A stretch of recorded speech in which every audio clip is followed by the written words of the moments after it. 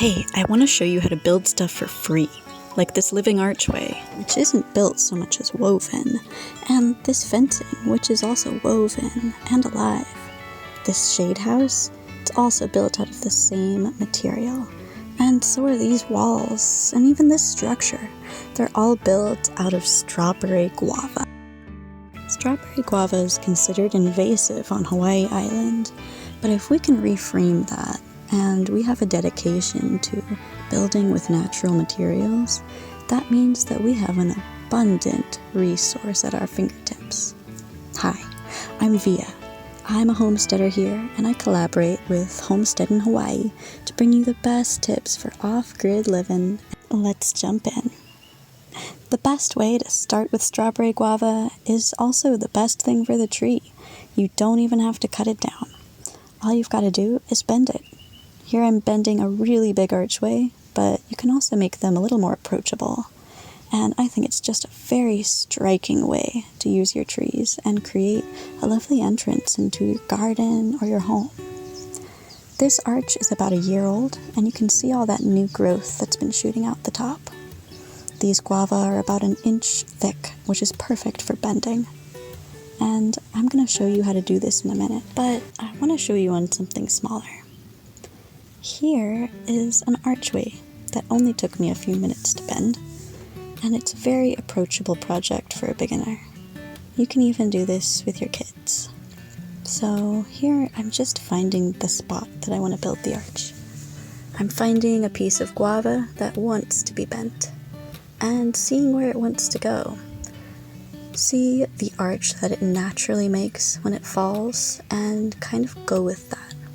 Then you're going to find a guava that's growing on the side opposite of the side you started on, and bring that over. Again, finding the one that wants to come and be woven. Now I'm just weaving it under, over, and under, tucking in the leafy bits and making sure everything's nice and tight. Not forced, but held together nicely. And we're just going to keep doing this until we're satisfied. And this method is exactly the same method that you would use for building an arch of any size. So here's the completed archway. Super simple. And here's another one that I've bent more organically, just as an accent. You can also use this method to create roofs or atmospheric spaces, like this outdoor shade house. It's just a nice little canopy. And here in our outdoor shower, I've done the same thing, just bending guava over in a kind of crisscross pattern, and we have planted lily koi vines, which have grown up and over, creating this lovely magical space. You can also incorporate arches into your fences. So the bottom of this fence is woven with cut pieces of guava, and I'll show you that method in a moment. But then the top of the fence is living guava that have been bent over and woven down into the fence. So if you just keep doing that over and over and keep going, you can create these really impressive and functional fences. It's nice having the slats on the bottom for more privacy and to keep animals in or out. But the arches on the top are great because they keep growing, so that new growth is going to provide more privacy while still letting in light and growing really tall. So have fun with this. You can make all kinds of things. There's really no limit, just your imagination. Here's an example of a little trellis house we built.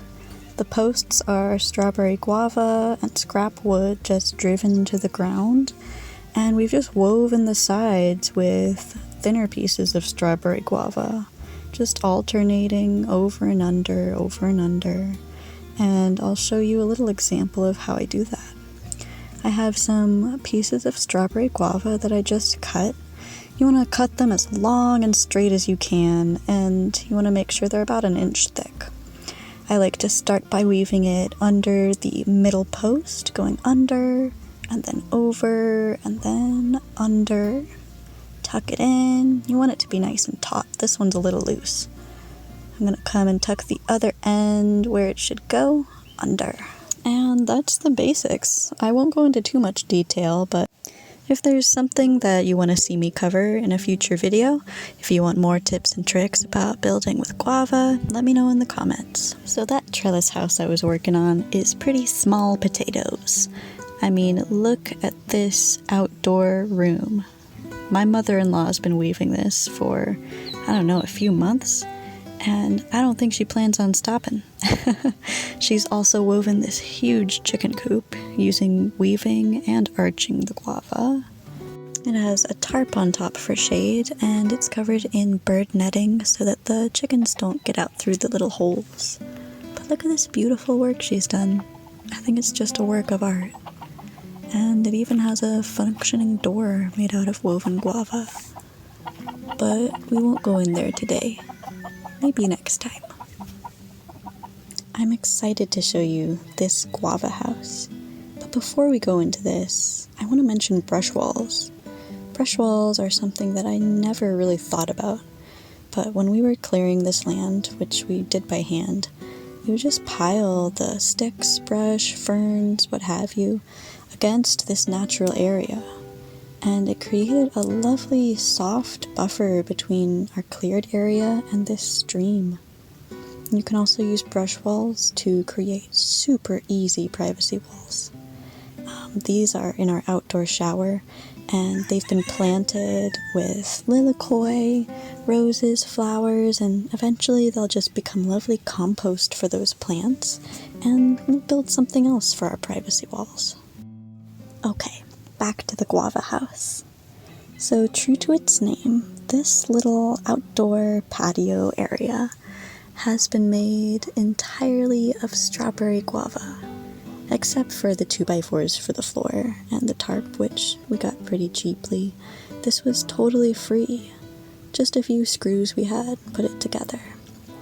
Now this wood is untreated, so it will fall apart, and by the time it does that, I'm sure we'll have a better idea for this space anyway. But I want you to see the possibilities of building with this awesome material. Unlike the younger guavas that we can bend into shapes, when guava grows to about 2 inches thick or more, it becomes super strong. I've heard that it's actually a harder wood than our native ohia wood. And if treated properly, which is a really simple, easy method, it can last for years and years. Gosh, there are so many other things we can build with strawberry guava and make and grow, not to mention the fruits of the guava, which are delicious and nutritious. I hope this gave you some inspiration today.